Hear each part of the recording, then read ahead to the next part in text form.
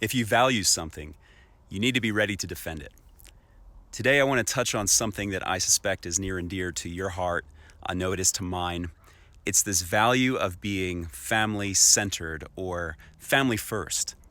I hear it so much, family first, but if I'm being honest, I rarely see it. And there's no judgment in that statement because I'm often guilty of saying it but not living it. We need to defend what we value. And usually the person that you're going to need to defend your values from is actually yourself. Why is this? Well, because we are terrible at saying no.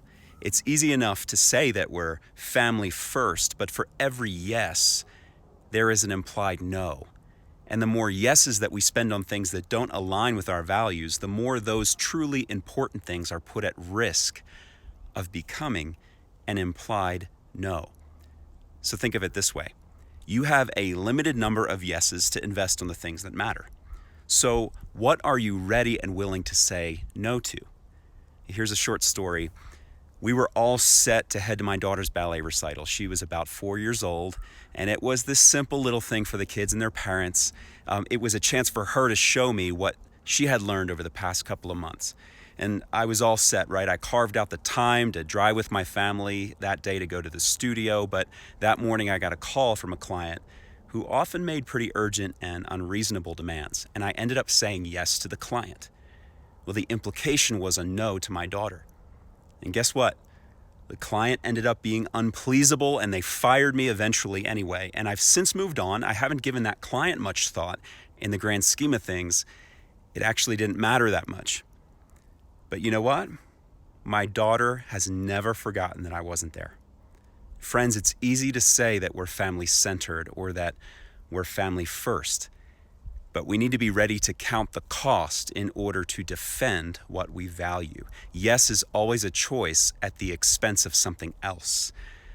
But how often do we say yes to things that are not most important, leaving us incapable of responding to the most important things?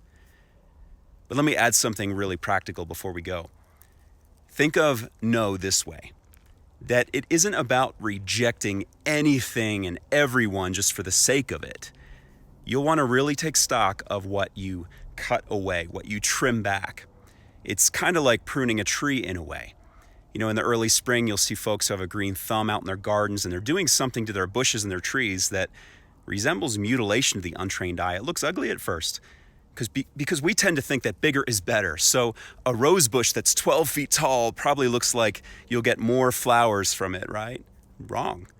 They're going to be scrawny little things if they blossom at all. Why is that? Well, the branches have grown too far from their roots. And this is what pruning does. It gets the branches of our lives closer to our roots.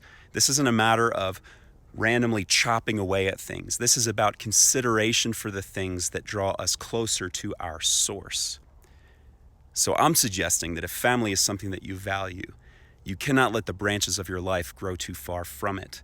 You are going to need to prune some other things back that others are going to actually applaud you for. These are the people that are going to object. They're going to tell you, you're just on the verge of success. Why would you say no to this?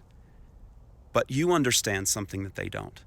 Because as the gardener of your life, you welcome the pruning.